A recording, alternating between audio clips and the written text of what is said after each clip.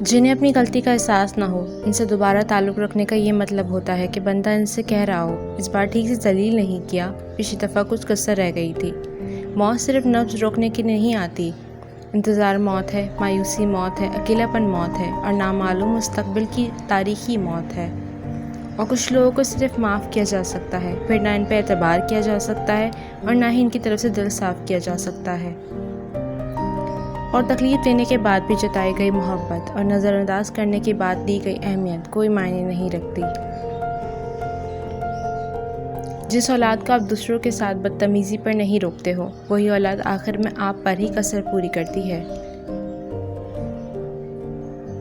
سزا یہ نہیں کہ آپ سے دولت چھین لی جائے، بلکہ سزا تو یہ ہے کہ آپ سے نماز ہی چھین لی جائے۔ آپ کے پاس دنیا کی ہر چیز ہو لیکن نماز کی توفیق نہ ہو، اس سے بڑا کوئی خسارہ نہیں ہوگا۔ برباد کرنے میں بھی اکثر انہی کا ہاتھ ہوتا ہے، گلے لگا کر جو کہتے ہیں ہمیشہ خوش رہو۔ حساس لوگ ہمیشہ تکلیف اٹھاتے ہیں، زندگی کے ہر موڑ پر ارادہ کرتے ہیں کہ اب لاپرواہ ہو جائیں گے، کسی کی فکر نہیں کریں گے، اور ہر دفعہ پہلے سے زیادہ تکلیف اٹھاتے ہیں۔ کسی کو کمزور اور حقیر نہ سمجھو، کیونکہ راستے میں چھوٹا سا پتھر بھی آپ کو منہ کے بل گرا سکتا ہے۔ جیسے مرد کو زبان دراز بیوی نہیں پسند، بالکل ویسے ہی عورت کو بلند آواز اور بے عزتی کرنے والا مرد نہیں پسند۔ جس دن تم دوسروں کا درد خود پر محسوس کرنے لگو گے تو سمجھ لینا کہ تم اشرف المخلوقات ہو۔ عربی کہاوت ہے، ایک وقت ایسا بھی آئے گا کہ تمہارے دل کی خوشی صرف لوگوں سے کنارہ کشی رہنے میں ہی ہوگی۔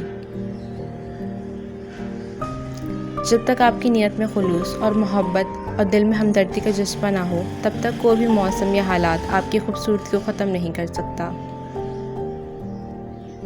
زندگی میں ہمیشہ اکیلے چلنا سیکھو، گر جاؤ پھر اٹھو، پھر گر جاؤ پھر اٹھو، لیکن کبھی دوسروں کا سہارا نہ لو۔ جس دن اکیلے چلنا سیکھ لیا، سمجھو دنیا کی ہر جیت تمہاری ہوئی، اور تم سے مضبوط انسان اس دنیا میں کوئی نہیں۔ پیٹ میں گیا ہر زہر جان لے سکتا ہے، مگر کان میں گیا زہر کئی رشتوں کی جان لے لیتا ہے۔ اس سے کان کے کچے نہ بنو اور بغیر دلیل کے کسی کی بات نہ مانیں، ورنہ پچھتائیں گے۔ جس کے بارے میں بات ہوئی ہے پہلے سے تصدیق کر لیں، کیونکہ بدگمانی بہت بڑا گناہ ہے۔